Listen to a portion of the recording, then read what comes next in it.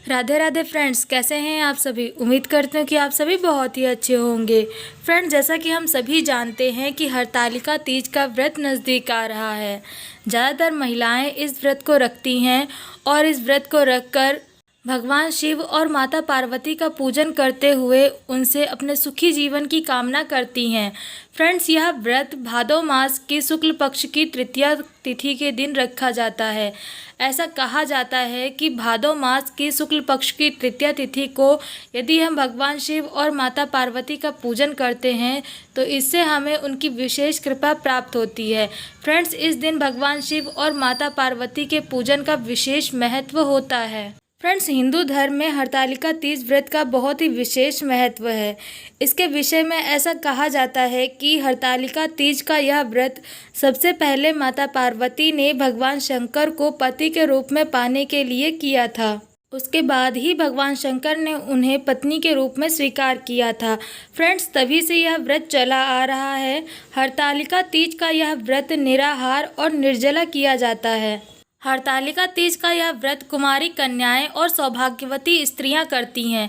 Friends, Hartalika Teej व्रत से जुड़ी यह मान्यता है कि जो भी स्त्री इस व्रत को सच्चे मन से करती है उसे इसका शुभ फल जरूर मिलता है।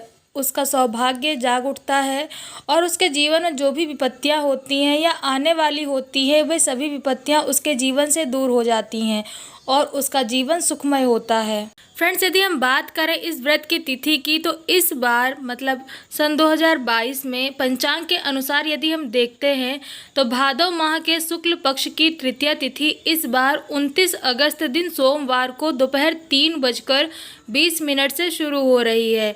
और फ्रेंड्स, इस तिथि का समापन अगले दिन मतलब 30 अगस्त मंगलवार को दोपहर 3:33 पर हो रहा है। क्योंकि हिंदू धर्म में उदया तिथि का विशेष महत्व होता है, तो यदि उदया तिथि के आधार पर हम देखें तो हरतालिका तीज का व्रत 30 अगस्त को रखा जाएगा। जो भी महिलाएं इस व्रत को रखना चाहती हैं या फिर वे इस व्रत को रख रही हैं, वे इस दिन मतलब 30 अगस्त के दिन सुबह 5:58 से लेकर सुबह 8:31 के बीच में भगवान शिव और माता पार्वती की पूजा कर सकती हैं। फ्रेंड्स, हरतालिका तीज की प्रातःकालीन पूजा के लिए ये बहुत ही शुभ मुहूर्त है। फ्रेंड्स, यदि हम बात करें हरतालिका तीज व्रत के नियमों की तो फ्रेंड्स ये व्रत बहुत ही ज़्यादा कठिन माना जाता है क्योंकि यह व्रत निर्जल और निराहार रखा जाता है। हरतालिका तीज व्रत में जल ग्रहण नहीं किया जाता है। आप जिस दिन व्रत रख रहे हैं उसके दूसरे दिन आप जल ग्रहण कर सकते हैं यदि आप इस व्रत को कर रहे हैं।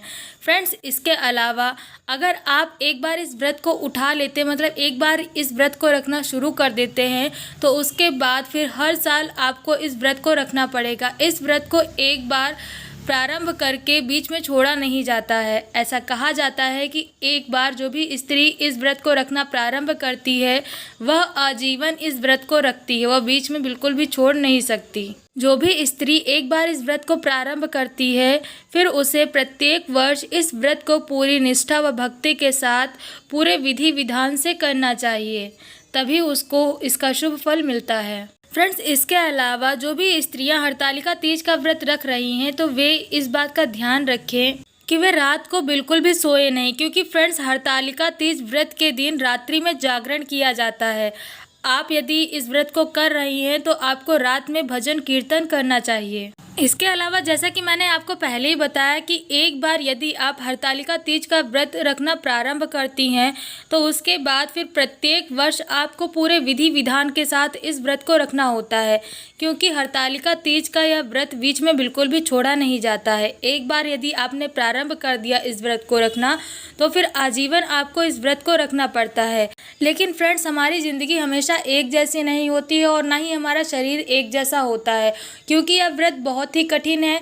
तो यदि आप आगे चलकर जीवन में कभी भी आपको ऐसा लगे कि आप इस व्रत को नहीं रख सकती हैं, रखने में कोई भी परेशानी आ रही किसी भी कारण से, अगर आप इस व्रत को छोड़ना चाहती हैं तो फिर आप इस व्रत का उद्यापन अवश्य कर दें। फ्रेंड्स, इसके अलावा यदि आप इस व्रत को रख रही हैं तो आपके लिए जान लेना बहुत ज़्यादा ज़रूरी है कि इस व्रत के दिन दान धर्म का बहुत ही विशेष महत्व होता है। ऐसा कहा जाता है कि इस दिन आप जो भी दान धर्म करते हैं उसका शुभ फल आपको बहुत ही जल्दी मिल जाता है। तो फ्रेंड्स, इस दिन आप जितना भी दान धर्म करना चाहते हैं वो दान जरूर करें।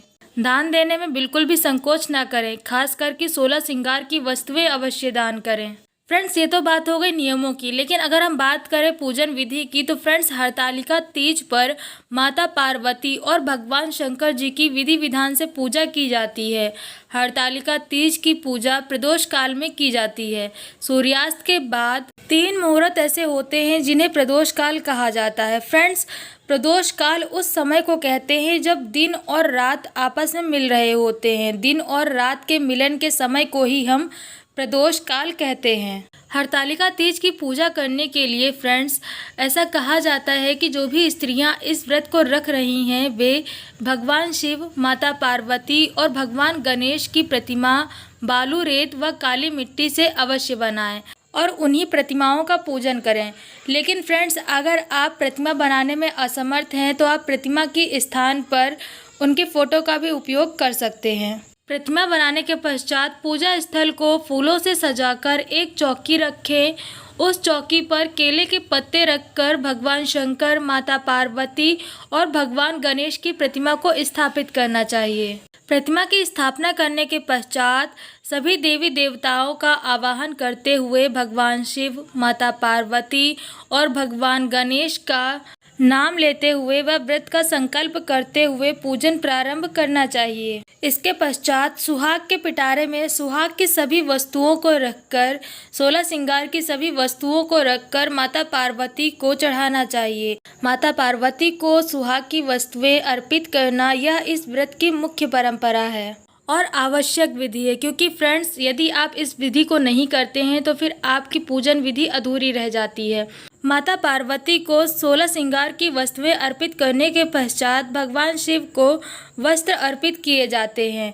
फ्रेंड्स, आप यहाँ पर जो भी सामग्री माता पार्वती या भगवान शिव को अर्पित कर रहे हैं उसे जब पूजा संपन्न हो जाए तो अपने बड़ों का आशीर्वाद लेने के पश्चात ब्राह्मण या फिर ब्राह्मणी को दान में दे देना चाहिए।